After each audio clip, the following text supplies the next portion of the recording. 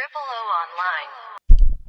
online. Real nigga, new setup. Well, you could just see my face now, that's it. Let me know how the audio sounding on this vid. It's good to see y'all again. You know we got the curly dreads out for the house. But today is part 2 of the good and bad shroom edition though. Let's get straight into it. Surprising as it may be, I took magic mushrooms before I ever hit the gas. Mainly because it was just something that was on my mind for a while and I had the opportunity to do so. So I said, fuck it, let's get into it. But once again, we gonna start with them cons. Con 1 is you're fucking up all day. Once you take that bitch, it don't matter what time it is, nigga, you gonna be up. It's nothing you can stop about it. So if you having a bad trip, sorry to tell you, gang, you about to be sitting there for a break. If you're not very mentally strong, I would not recommend taking high dosages or doing that shit by yourself or around people that you don't fuck with, cause honestly that shit can get fucking deep, especially if you in a bad mental state. You gonna damn near fucking wanna, and that's not a good thing. So for example, I had an ego death and that shit fucked me up for months damn near, especially in the moment. For people that don't know what an ego death is, it's basically where you have a complete loss of your self-identity and sense of self and who you are as a person. I started laying in bed. I felt like my soul left its body and I was just traveling, like I was just in a wave, moving through shit. I don't know how to explain it better than that. And next thing you know, everything just turned white, bruh. Think about seeing like a white screen. If this screen was just fully white and then it's just a gray bar in the middle and then it just started saying names, cause I was trying to figure out who I was, and then it just was going through names like, am I Kevin, am I Daniel, am I Tristan, just going through names of different shit, bro, just down the list. And that felt like it was going on for like hours. Then next thing you know, I just came back too. Imagine forgetting who you are and just it recuperating back. That shit had me going crazy. Next con is intensity. Depending on how tolerant your body is to magic mushrooms, that shit can get very intense. For example, probably the highest peak is an ego death. But in general, just to give you an example of how intense things can get, I'ma just run you through things I've seen while I was on magic mushrooms. 1, imagine laying in a beanbag, closing your eyes, and then realizing and feeling like you're butt ass naked, sitting in fucking sand, nigga, in the Sahara Desert. Another one, imagine looking at people, closing your eyes, and then still seeing them moving, doing everything they were just doing, but lightning bolts are just covering all across the room. Another one, imagine looking over at your friend and then telepathically talking to them, understanding what they're saying and they're responding, and y'all are both nodding at each other about what the fuck y'all are saying. No words, just this. Fucking crazy. I'm not done. Imagine having a dark-skinned friend and they fucking deadass turn purple. For my One Piece watchers, y'all remember when Virgo went full body hockey? That's what that nigga looked like. I swear to God, that nigga turned fucking purple. The list goes on, but that just goes to show how fucking crazy that shit can get. That's really the main bad shit. Some of the stuff I got in pros got pros and cons to those, but I'm putting them in the pros more so because I feel like the pros of it was more beneficial than the cons. Now, same as I said in part 1 with the Mary Jane, I feel like it definitely boosts your confidence level a lot. I ain't gonna lie, the Riz was out fucking rageous, my nigga. I was so confident to the point I didn't care if I got dubbed. That shit did not affect my mood whatsoever, bro. But when I did catch W's, I felt like prime LeBron running down the fucking court, nigga. The outcomes was crazy. That's all I'm gonna say. On to the next pro though, which is overthinking. Now, overthinking, like I said before, can lead you to the shit like ego death and stuff, but it also can work in your favor. One time I took magic mushrooms with some friends. I remember sitting down and one of my friends went to go record. When I tell you this nigga made 5 songs, right? And after he would finish every song, he would play them out loud, just play it on the speaker. Like after he finished recording, mixing and shit, just put that bitch up on the speaker while everybody playing 2K. And nigga, the songs was hard as fuck. Every song was hitting, bro. And I was just sitting there thinking like, yo, this nigga just made 5 bangers in my face in less than 2 hours, bro. And I ain't made a song in 2 months. It just made me feel like I wasn't doing shit. Like how can I call myself an artist, bro, and I'm not even putting in no work. I'm not putting in no effort. I'm not doing nothing. And bro, from that day on of that trip, when I tell you I made a song, at least 1 song every single day for that next year, for the whole entire year, nigga, I made at least like 500 songs, bro, dead ass. Whether good or bad, nigga, I was just recording. I don't care if I couldn't even find a good beat. I was just getting something done. I feel like that helped me so much because it's like, it gave me that drive, that push, made me really get better, bro, because I feel like back then I was good.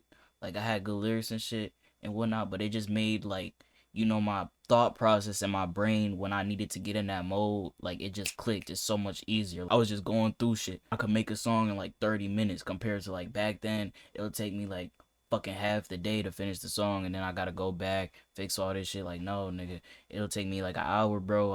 I could get you 2 songs done right then and there. And that was, I feel like, one thing that really shaped like the rest of my career and like where I'm at now when it comes to producing and making music. So overthinking can be a good thing. Overthinking is not always bad. That's my take on that. So that's why I put that in the cons instead of the negative. That shit changed the direction of my life for the next year and a half, my nigga. So yeah.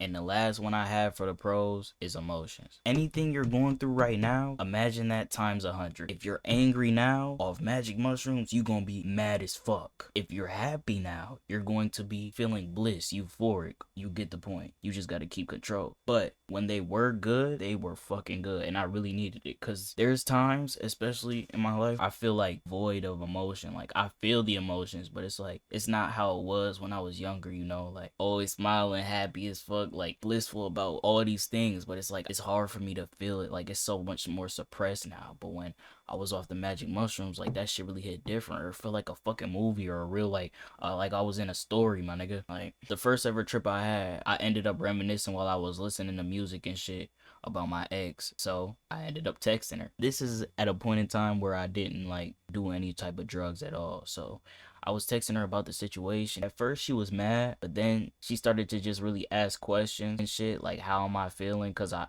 basically told her like, you know, can you help me through this? Like I want you to help me and guide me through this shit so I have a good trip, you know what I'm saying? So basically she started asking me questions like how are you feeling? Like what are your thoughts right now? Blah blah blah. And then I just started telling her like how much I miss her and oh my fucking god, and a lot of other things, because the way things ended off were really bad and it was just eating away at me, and I felt like I had to express it to her.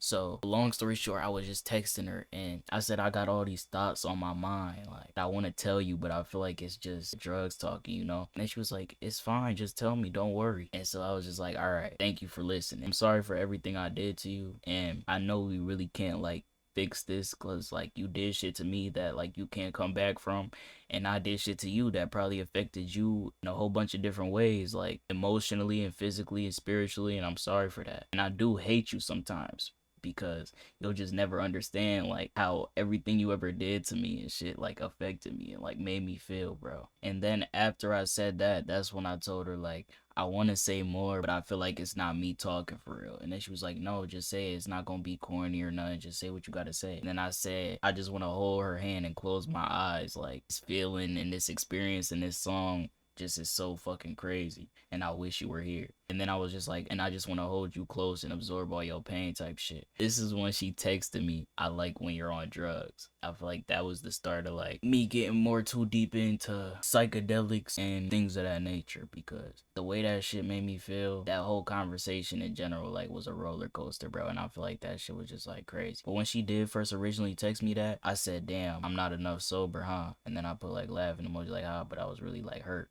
And then she was like, you always been enough and you know that. And nigga, that shit made a nigga almost shed a tear. I ain't gonna lie. Bro, when I tell you that shit warmed my heart so much, bro. And yeah, it wasn't good that I did text her because she's a fucked up person if we being overall right. But in that moment, like that shit felt so good, and I was like glad she like was around to like talk to me, bro. Cause nigga, she made me have that feeling. She made me feel like a kid again. She made me feel accepted, loved, and some more shit. So yeah, that emotional shit can get deep, but when it's moments like that, bro, or you talking to somebody you really fuck with, bro, that shit could be one of your best moments, bro. And I feel like it can be a great feeling if you're up for the experience, bro, or you ever get the chance to. Because in general, especially my first trip, I feel like was one of the best moments of my life. Like the whole entire trip, it was it was a ride, but like from texting her to listening to the music and you know all the other shit, like nigga, that shit dead ass changed my life. Like that shit made me feel like recharged, renewed, like a new person, bro. I swear to God. But that's all I got for this video. Make sure y'all like, comment, subscribe, and hit that bell so y'all notified whenever I drop a new video. Cause you know I don't got that schedule. We working on it, you feel me? I hope you enjoy. If y'all want another one, Make sure y'all let me know. Make sure y'all follow the social so we can be that much more connected with each other. And I love and appreciate every single one of y'all so fucking much. From the bottom of my heart, I mean that shit, for real. Triple up. Remember, I am not telling you to do any type of drugs. What you choose to do with your life from then on out is you. I am not telling you what to do with your life. I'm just telling you about mine. But whether you choose to live your life 100% sober or not, I hope you find euphoria.